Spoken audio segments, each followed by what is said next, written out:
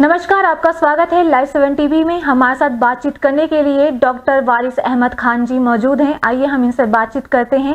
Sir, आपका बहुत बहुत स्वागत है हमारे चैनल में। सर, सबसे पहले आप हमें बताइए कि आपका शिक्षा स्टार्ट कहाँ से हुआ और आपका क्या क्या फील्ड रहा।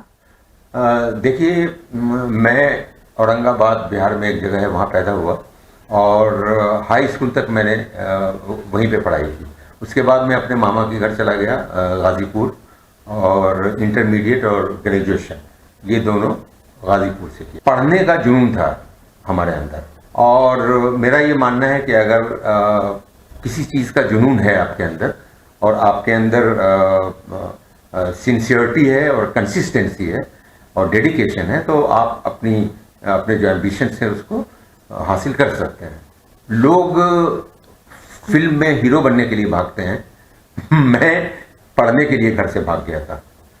बिना पैसा लिए, कोई पैसा मेरे पास नहीं था। मैं सीधे दिल्ली आया और दिल्ली आके जवाहरलाल नेहरू यूनिवर्सिटी में मुझे पढ़ने का शौक़ था।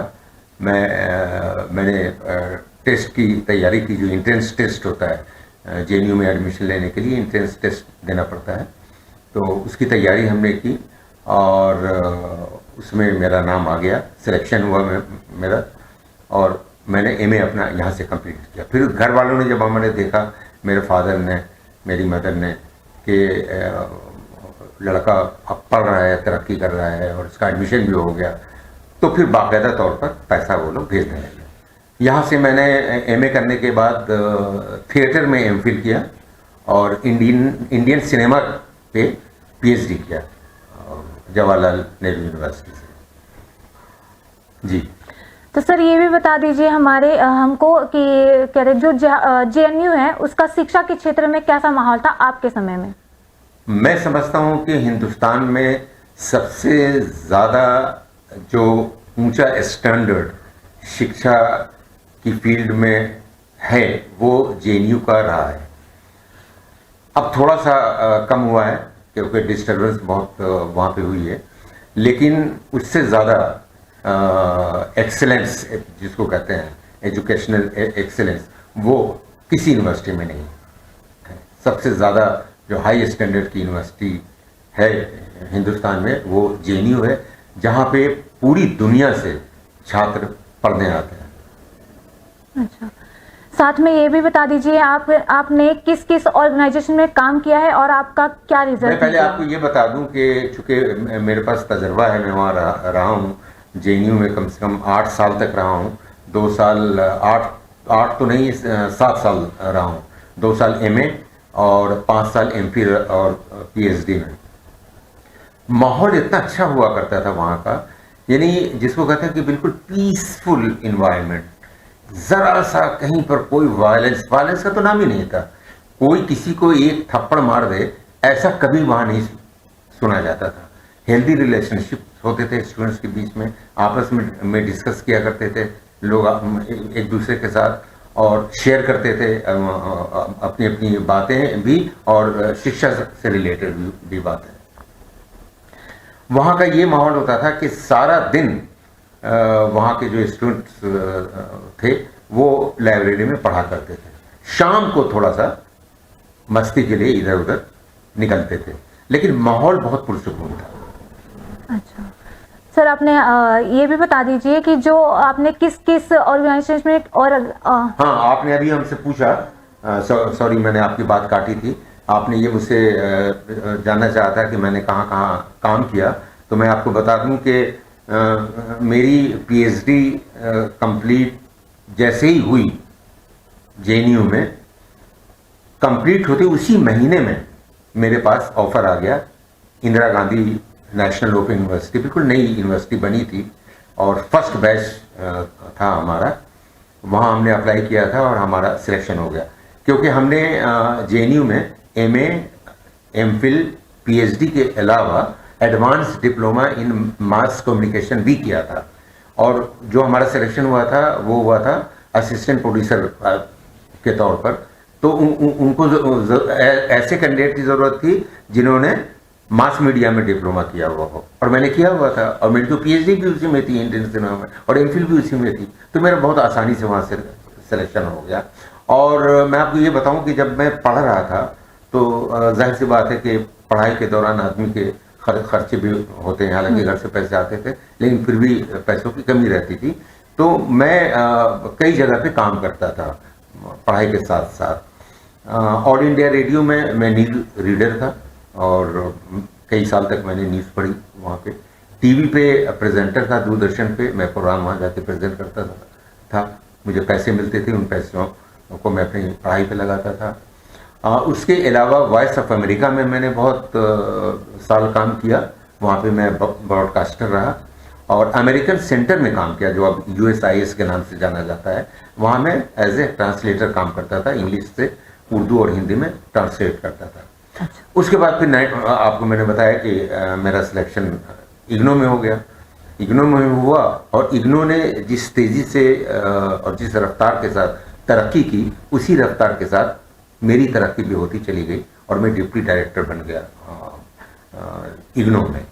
अब आप ये जानना चाहेंगे कि मैं वहाँ करता क्या था, मेरा काम क्या था। बिल्कुल। तो ऑब्वियस है कि मैं मीडिया सेंटर में काम कर रहा था, इग्नो के मीडिया सेंटर में। और ये भी बहुत बड़ा सवाल है कि एक यूनिवर्सिटी में मीडिया सेंटर का क्या मतलब है और एक यूनिवर्सिटी में फिल्म क्यों बनती है। ये बहुत लोग सवाल किया करते थे कि आप फिल्म क्यों बनाते हैं, क्योंकि ये तो यूनिवर्सिटी में फिल्म का क्या लेना देना, क्या मकसद था आपका? हाँ। तो मैं थोड़ा सा बता दूं ताकि लोगों को पता चल जाए। अभी भी लोगों को उतनी ज़्यादा नॉलेज नहीं है इग्नो के बारे में। इग्नो एक ऐसी यूनिवर्सिटी है जहाँ पे open and distance learning system है, यानी दूर शिक्षा पद्धति। और दूर शिक्षा पद्धति का मतलब ये हुआ कि हम दूर से पढ़ाते हैं। और दूर से पढ़ाने का मतलब ये हुआ कि हम स्टूडेंट्स के घर पर उनके सब्जेक्ट और उनके कोर्स से रिलेटेड किताबें भेजते हैं।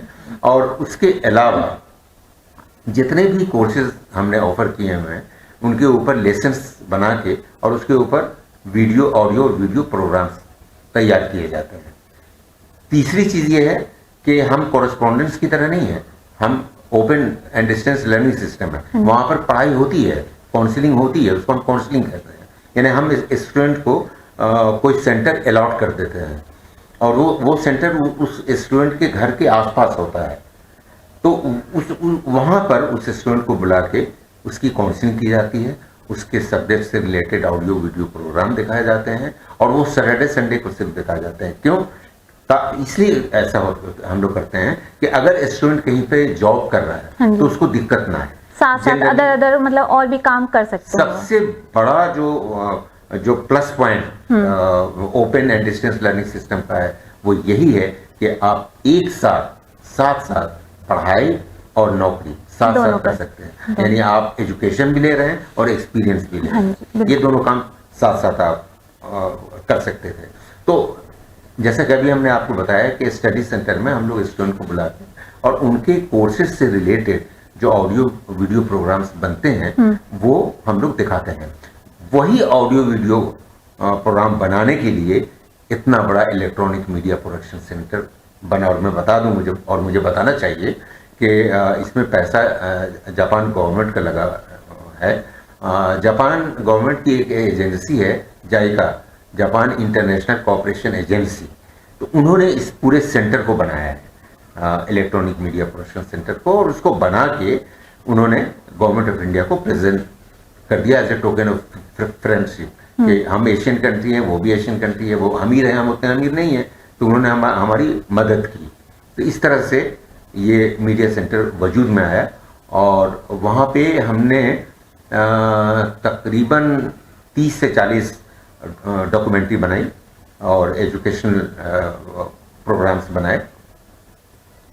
सारे प्रोड्यूसर को डिस्ट्रीब्यूट कर दिया जाता था कि आप इस स्कूल के प्रोग्राम बनाएंगे, आप इस स्कूल के प्रोग्राम बनाएंगे, और वो उनके एजुकेशनल बैकग्राउंड को देखते हुए ये डिसीजन लिया जाता था कि किस प्रोड्यूसर को कौन सा स्कूल दिया जाए, कौन सा कोर्स, कौन सा सब्जेक्ट दिया जाए। और वो लोग अपने अपने सब्जेक्ट पे फिल्में बनाते थे, फिल्में भी बनाते थे और ऑडियो प्रोग्राम भी बनाते थे, और ये सिलसिला अभी भी चल रहा है। किस तरीके का फिल्म बनाते हैं आप? देखिए, जैसा कि मैंने अभी आपको कहा कि हम लोग एजुकेशनल प्रोग्राम बनाते हैं। अच्छा। एजुकेशनल प्रोग्राम एक बिल्कुल अलग चीज़ है। कोई बहुत बड़ा प्रोड्यूसर है, मान लिया कि बॉलीवुड का बहुत बड़ा प्रोड्यूसर है, वो फिल्म तो बहुत अच्छी बना सकता है, लेकिन अगर उसको ये कहा जाए कि आप एक एजुकेशनल प्रोग्राम बना दीजिए तो वो नहीं बना सकता, क्योंकि एजुकेशनल प्रोग्राम बनाने की अलग टेक्निक है, और टेक्निक उसकी ये है कि आपको करिकुलम बेस्ड प्रोग्राम बनाना है, यानी आपको पढ़ाना है, और पढ़ाना भी है और इस तरह से पढ़ाना है कि स्टूडेंट का इंटरेस्ट बना रहे, उसका इंटरेस्ट खत्म ना हो, यानी ड्राइव नहीं होना चाहिए। तो एजुकेशन तो ड्राई चीज है ना। आप अगर एजुकेशन पे एक आदमी को बैठाल दीजिएगा, वो सिर्फ लेक्चर देता रहेगा, तो जो व्यूअर है वो बोर हो जाएगा, वो बंद कर देगा टीवी, या जो भी जिस चीज पर भी वो देख रहा है। तो इसलिए हम लोग करते ही हैं एजुकेशनल प्रोग्राम का जो ये है कि एजुकेट, इन्फॉर्म एंड इंटरटेन, एक प्रोग्राम जो इन्फॉर्म करता है, एजुकेट करता है और इंटरटेन करता है, तीनों काम जो कर रहा है उसको हम एजुकेशनल प्रोग्राम कहते हैं। यानी ये कि जो हमें पढ़ाना है वो पढ़ाना है, और जो बातें बतानी है वो बातें बतानी है उस लेसन से रिलेटेड, और इंटरेस्ट पैदा करने के लिए हम लोग तरह तरह के प्लेट्स और ग्राफिक्स और विजुअल्स, ये सब हम इस्तेमाल करते हैं ताकि उस प्रोग्राम के अंदर दिलचस्पी स्टूडेंट्स के और व्यूवर्स की बनी रहे, और वो एक इंटरटेनमेंट का मसाला भी उसके अंदर आ जाए। तो इस तरह से वो एजुकेशनल प्रोग्राम जो होता है वो मज़ेदार भी होता है, तो अच्छा लगता है देखने में कि आप पढ़ भी रहे हैं अपने सब्जेक्ट के बारे में, अपने उस लेसन के बारे में आपको जानकारी भी हो रही है, और आपको देखने में भी मज़ा आ रहा है उस प्रोग्राम को। साथ में आप ये भी बता दीजिए कि जो आप फिल्म बनाते हैं, इसकी रुचि पहले से ही थी या फिर प्रशिक्षण मिलने के बाद मिली है? फिल्म तो देखिए, इग्नो अब मैं नहीं जाता हूँ, अब इग्नो में जो मेरा जो पीरियड था वो ख़त्म हो गया है। तो उसके बाद हमने, चूँकि मेरी पीएचडी थी, जैसा कि मैंने आपको बताया, वो इंडियन सिनेमा पर थी, तो हमने सीखा था और रिसर्च किया था फिल्म प्रोडक्शन के ऊपर कि फिल्म कैसे बनाई जाती है। तो उसका इस्तेमाल इग्नो में नहीं हो सका, क्योंकि वहाँ पर फिल्म नहीं बनती, वहाँ पर एजुकेशनल प्रोग्राम बनते हैं या डॉक्यूमेंट्रीज बनती हैं। डॉक्यूमेंट्री क्या होती है ये मैं बाद में बताऊँगा, लेकिन मेरा जो इंटरेस्ट था वो था फिल्म बनाने का। तो जब वहाँ से मैं हटा इग्नो से, तो हटने से पहले ही 2 साल पहले ही मैंने अपना स्टूडियो तैयार कर लिया था, और मेरा सीधा सा मकसद था कि मैं यहाँ से निकलते ही अपना स्टूडियो तैयार पहले से करके रखूँगा और मैं फिल्में बनाऊँगा। और जैसे ही मैं इग्नो से हटा, मैंने फिल्में बनाना शुरू कर दिया। मेरा जो मेन इंटरेस्ट है, और मैं ये कहूँ कि मेरे अंदर जो एबिलिटी है वो भी फिल्म मेकिंग की ही है। मैं बेस्ट जो कर सकता हूँ वो यही कर सकता हूँ कि मैं अच्छी से अच्छी फिल्म बनाऊँ, और मैं अच्छी से अच्छी फिल्म बना रहा हूँ। राइटर मैं खुद हूँ, मेरी कई किताबें भी हैं मार्केट में। कौन सी किताबें हैं सर? शाम कब ढलेगी और जाग शहर आई है, ये 2 किताबें मेरी हैं मार्केट में, कॉलेज में पढ़ाई भी जाती हैं। और ये दोनों किताबें रेडियो प्लेस के कलेक्शंस हैं। वो रेडियो प्लेस जिनके ऊपर जो ब्रॉडकास्ट हो चुके हैं ऑलरेडी ऑल इंडिया रेडियो से, उन प्लेस के कलेक्शन से ये दोनों किताबें। मैंने तकरीबन 40 से 50 रेडियो प्लेस लिखे हैं, और उन सब पे रेडियो प्लेस बने हैं, तैयार हुए हैं। सर कितना टाइम हो गया है आपको फिल्म बनाने में? देखिए, फिल्म तो मैंने शुरू किया है 2 या 3 साल से शुरू किया है फिल्म बनाना। तो ये फिल्म को लेकर आपका फ्यूचर क्या है? आप फ्यूचर प्लानिंग कर रखे हैं फिल्म को लेकर या शिक्षा को लेकर, बता सकते हैं? हर आदमी अपना फ्यूचर बना के चलता है, हर आदमी के सपने होते हैं, हर आदमी के ख्वाब होते हैं, और हर आदमी का एक पॉइंट होता है कि मुझे इस पॉइंट तक जाना है। तो आपका मकसद क्या है, हमें बताएंगे? मेरा मकसद ये है कि ये सवाल सबसे ज़्यादा अच्छा मुझे लगा आपका, कि आप किस मकसद से फिल्म बनाते हैं। हाँ जी। मैं शॉर्ट फिल्म बनाता हूँ, आपको पता है, ये आधा घंटा, 1 घंटा या सवा घंटा, 1.5 घंटा। ये सबसे इम्पोर्टेंट सवाल है, और इसका जवाब ये है कि मैं समाज में सुधार के लिए फिल्म बनाता हूँ। मेरा मकसद सिर्फ ये है कि मैं अपनी हर फिल्म में कोई ना कोई संदेश देता हूँ। मैं सिर्फ ऐसी ही बेकार में कोई फिल्म सिर्फ इंटरटेनमेंट के लिए नहीं बनाता हूँ। हालांकि इंटरटेनमेंट का पार्ट उसके अंदर होता है, इंटरटेनमेंट के मटेरियल्स होते हैं, लेकिन उसमें कोई ना कोई संदेश ज़रूर होता है, कोई ना कोई सबक होता है हमारी फिल्म में, जो मैं समाज को देना चाहता हूँ। समाज में इतनी ज़्यादा बुराइयाँ फैली हुई हैं, हर ज़माने में रही हैं और इस ज़माने में भी हैं, लेकिन अभी कुछ ज़्यादा ही बुराइयाँ हैं। तो उन इश्यूज़ को मैं पिक करके उस पर स्क्रिप्ट लिखता हूँ। स्क्रिप्ट राइटर मैं खुद हूँ, मैं आपको बता चुका हूँ, और उसको प्रोड्यूस करता हूँ। डायरेक्शन खुद मेरी होती है। ये है मेरा मकसद फिल्म बनाने का। अभी मैं शॉर्ट फिल्म बना रहा हूँ। मेरा ख्वाब ये है कि एक दिन मैं फुल लेंथ फिल्म बनाऊँ। चलिए, बढ़िया है, अच्छी बात है। और साथ में ये भी बताना है, आपको बताइए कि आप बताइए कि जो ये फिल्में हैं, इससे लोगों को क्या बेनिफिट मिलेगी? देखिए, फिल्म एक ऐसा मीडियम है जो डायरेक्ट व्यूअर से जुड़ा हुआ है, और सबसे ज़्यादा इम्पैक्ट अगर किसी मीडियम का व्यूअर्स के ऊपर पड़ता है तो वो फिल्म है। क्योंकि फिल्म में सिर्फ यही नहीं है कि आप अपनी बात या अपना मैसेज लोगों तक पहुंचाते हैं।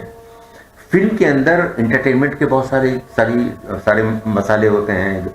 डांस होता है, गाना होता है, उसके अंदर मारपीट भी होती है। तो वो तमाम चीज़ें मिलके फिल्म का जो इम्पैक्ट है व्यूअर्स के ऊपर, वो दूसरे मीडियम के मुकाबले में ज़्यादा होता है। लोग नकल करना चाहते हैं कि जो फिल्म वो देखते हैं, वो बाहर आने के बाद फिर उसकी नकल करते हैं, अपनी ज़िंदगी में उसको उतारने की कोशिश करते हैं। तो अगर फिल्म में हम ये दिखाएंगे कि एक विलन का बहुत बुरा अंजाम हुआ, तो अगर कोई बुरा इंसान है जो वो बुराई कर रहा है, तो वो उससे दूर होने की कोशिश करेगा। मिसाल के तौर पर अभी मेरी फिल्म की शूटिंग होने वाली है जिसका टाइटल है जहर। वो फिल्म ड्रग एडिक्शन के ऊपर है। तो ड्रग एक ऐसे इंसान की कहानी है वो, कि जो बुरी कंपनी में पढ़ने के बाद स्कूल में और फिर आगे कॉलेज में वो ड्रग लेना शुरू करता है। वो लोग फोर्स करते हैं, फिर धीरे धीरे उसको आदत पड़ जाती है। लेकिन उसका अंजाम इतना ज़्यादा बुरा दिखाया है कि उस फिल्म को देखने के बाद जो लोग ड्रग ले रहे हैं या जो शराब पी रहे हैं, उनके ऊपर अगर 100% नहीं, अगर मैं 10% भी कामयाब हो गया तो मैं अपने आप को सफल मानूंगा कि मेरा जो मकसद था मैं उसमें कामयाब हूँ, कि मैंने 100 में 10 लोगों को ये आदत छुड़ा दी, ड्रग एडिक्शन की आदत छुड़ा दी। यानी ड्रग्स के बारे में आपने लोगों को बहुत अच्छी बातें सिखाने का मकसद लिया है। हाँ, मेरी अगली फिल्म उसी के ऊपर है। तो मैं यही कर रहा हूँ कि फिल्म का इम्पैक्ट पड़ता है। अगर आप ये बताएंगे कि ये खराब चीज़ है और ये काम करने से इसका नतीजा बहुत बुरा हुआ, और उस रिजल्ट को दिखाएंगे आप, तो उसका इम्पैक्ट व्यूअर के जहन पर पड़ता है। वो इस तरह तो फिल्मों में एड में भी दिखाया जाता है और फिल्मों में भी दिखाया जाता है कि शराब हानिकारक है, धूम्रपान करना जरूरी हानिकारक होता है हमारे लिए। तो वो फिर भी ये सब देखने के, समझने के बाद भी वो सब करे, तो इस पर आप क्या कहेंगे? नई बात बनती उससे, एडवर्टीजमेंट से नहीं होता कि आपने कहीं पोस्टर लगा हुआ देख लिया कि धूम्रपान, हर सिगरेट के डब्बे के ऊपर होता है कि धूम्रपान करना, फिर भी लोग करते हैं। लेकिन जो आदमी सिगरेट पीता है वो डब्बा खरीदता है जिस पे लिखा हुआ है और वो सिगरेट पीता है, उससे बात नहीं बनती। बात फिल्म से बनती है। फिल्मों में भी तो बताया जाता है कि आप शराब मत पीजिए, ये हमारे लिए हानिकारक है, या हमारी फैमिली के लिए नुकसान करेगा अगर हम पिएंगे तो। बताने से और बोलने से नहीं होगा। तो फिर मैं अभी बोल रहा हूँ कि शराब पीना हानिकारक है, इससे कोई फायदा नहीं है सिवाय नुकसान के, नहीं पड़ेगा इम्पैक्ट। जब फिल्म में हम ये दिखाएंगे कि एक आदमी जो शराब पीता था उसके मुंह से खून निकल रहा है और खून निकल के एड़ी रगड़ के वो मर रहा है, उसका इम्पैक्ट पड़ेगा। कहने से नहीं पड़ेगा, दिखाने से पड़ेगा। आप दिखाइए उसको। फिल्मों में लोग अक्सर देखते हैं, हाल में अभी बहुत सारी फिल्में ऐसी आई हैं जिसमें दिखाया गया है, ड्रग्स के ऊपर भी फिल्में बनी हैं और शराब के ऊपर भी फिल्में बनी हैं, फिर भी लोगों का कोई इसमें रुझान नहीं है। अगर ये दिखाया गया है और अगर इस पर फिल्म बनी है, तो मैं दावे के साथ कह सकता हूं कि इसका असर अगर 100% में 1%, 2% पर जरूर पड़ा हुआ है। ये मेरा दावा है। 100% पर नहीं पढ़ सकता कभी, लेकिन 1, 2, 3, 4% पर पढ़ता है, और वो जरूर पढ़ा होगा अगर ऐसी फिल्में बनी है तो। चलिए, तो मतलब आपको भी लगता है कि जो आप फिल्म ये ड्रग्स मतलब फिल्म जो बना रहे हैं, इसका भी असर लोगों के ऊपर पड़ेगा? मैं तो 100% श्योर हूँ, क्योंकि मैं तो साफ साफ आपसे कह रहा हूँ कि फिल्म से ज्यादा मजबूत मीडियम कोई है ही नहीं। फिल्म से ज्यादा मजबूत और इफेक्टिव मीडियम कोई है ही नहीं।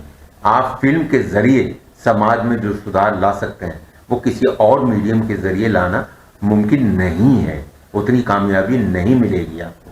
ये तो मेरा फर्म बिलीव है। मैं आया ही फिल्म प्रोडक्शन की फील्ड में इसीलिए था कि मेरे अंदर एक जज्बा है कि मैं समाज के अंदर फैली हुई बुराइयों को दूर करूं। अब है तो है, हर आदमी के अंदर अलग अलग पैशन होता है। मेरा पैशन यही है कि समाज में क्यों बुराइयां हैं, लोग क्यों अपनी बीवियों को मारते हैं, लोग क्यों ड्रग लेते हैं, लोग क्यों गुनाह करते हैं, लोग क्यों किसी को धोखा देते हैं, किसी का पैसा रखते हैं, क्यों ये सब गुनाह, झूठ बोलते हैं, क्यों करते हैं। तो इसको मैं कोई देखिए पैगंबर तो हूं नहीं कि मैं पूरी दुनिया से बुराई को खत्म कर दूं, लेकिन मैं आपसे ये कह रहा हूं कि अगर मैं 1% भी कामयाब हो पाया तो मैं इसे अपनी कामयाबी मानूंगा। और मैं और जब कभी मेरी मौत आएगी तो मैं आसानी से मर सकूंगा कि मैं जिस मकसद से पैदा हुआ था और जो मेरा मकसद था मैंने उसमें 1% कामयाबी हासिल कर ली है। तो दोस्तों, वारिस जी की अगली फिल्म का नाम है जहर, जो कि नशे के ऊपर बन रही है और आप सभी बहुत जल्द देख पाएंगे अबान फिल्म पर। ये बहुत जल्दी रिलीज होने वाली है, तो देखते रहिए हमारे साथ लाइव 7 टीवी के साथ। मैं